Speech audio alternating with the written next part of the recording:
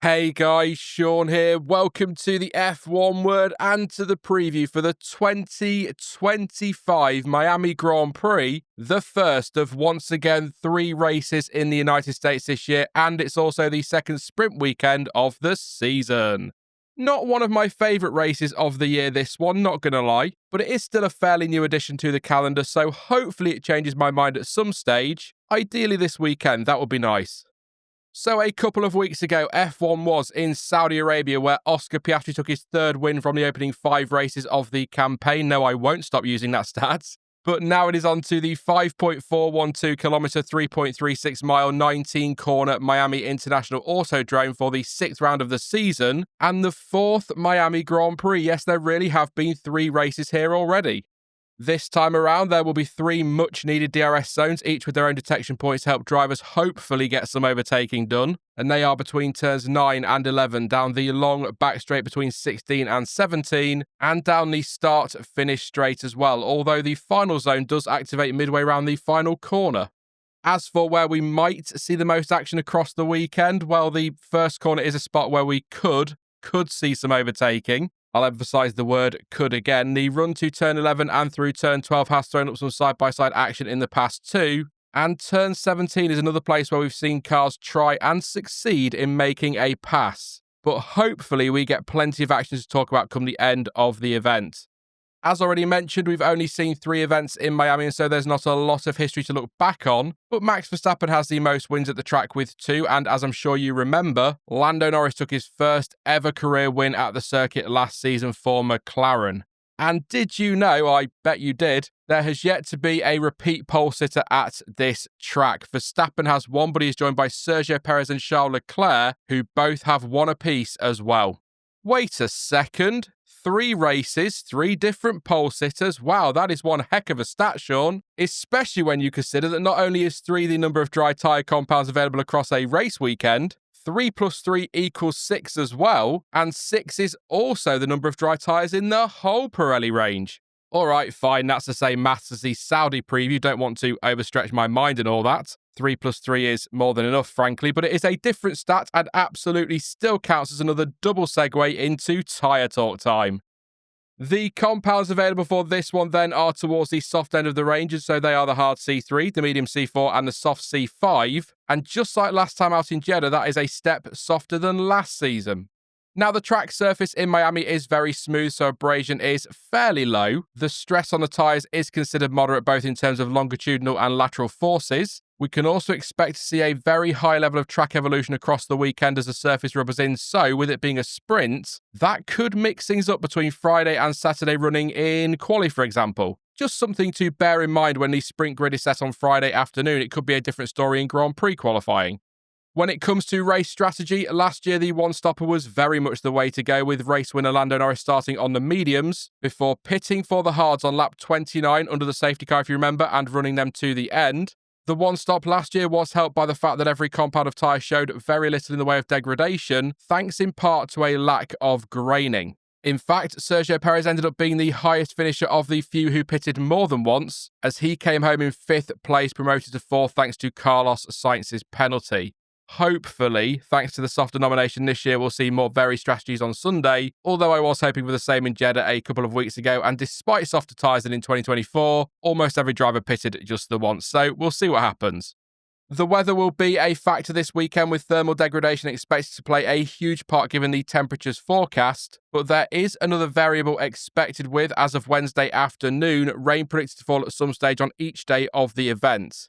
However, before you hop in the comments, as has been pointed out to me in every Miami preview so far, the weather is very unpredictable, and so there is a high chance that changes before the weekend gets going and across the event as well. So once again, let's wait and see what happens. But a sprinkling of rain on Sunday would certainly spice things up nicely, wouldn't it?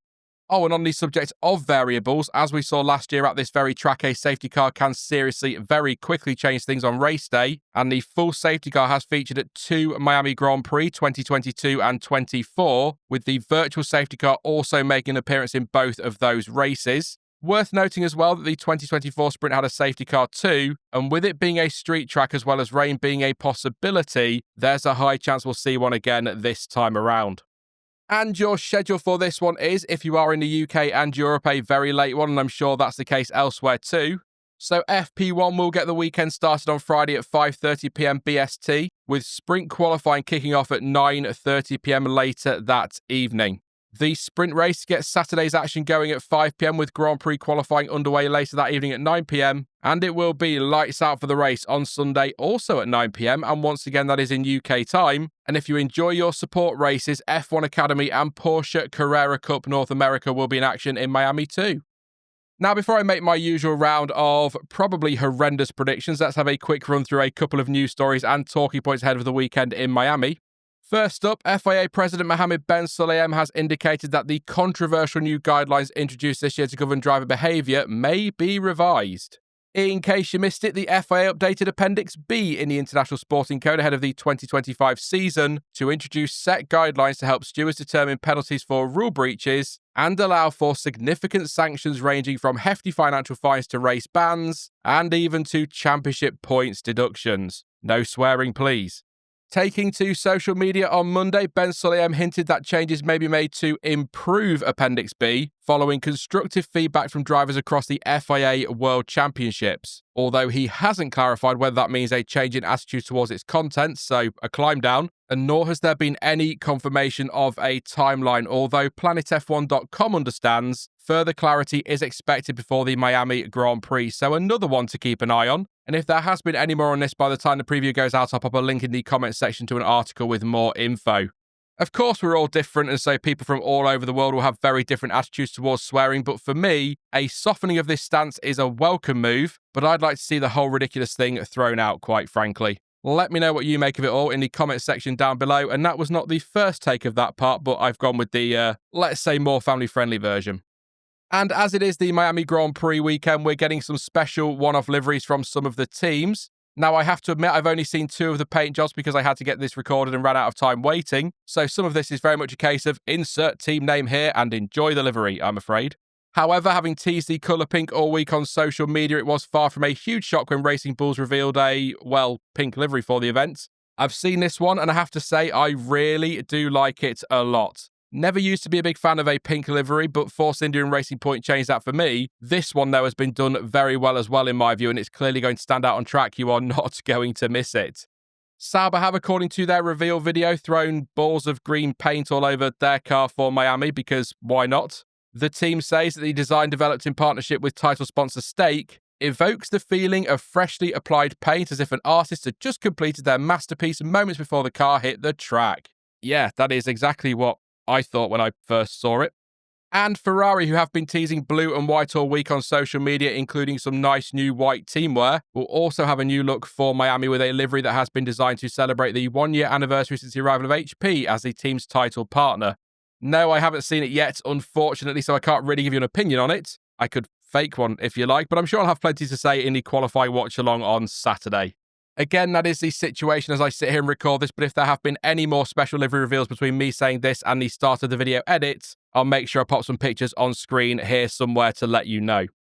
Right then, time for me to make some predictions then, and as always, please do not take these too seriously. They're just a little bit of fun, but if you do disagree with my picks, then you can let me know yours in the comments section down below. And last time, look at this. 3 whole points in one weekend. You may laugh, but those are pretty dizzying heights for me, so I will absolutely take that. Very much ready to fall flat on my face this weekend, though. This time around, look, McLaren will of course be the favourites again, but as we've seen so far this season, it's not always as cut and dry as perhaps the form book suggests. What I mean by that is, although Oscar Piastri has won 3 of the opening 5, there's that stat again with McLaren taking 4 out of 5, the likes of Mercedes and, as we saw at the last sprint event, even Ferrari, have managed to get themselves in the mix at times. So although some might argue you'd have to be a bit mad not to get behind McLaren for this one, it may not be a foregone conclusion, especially with it being a street track and rain potentially in the air.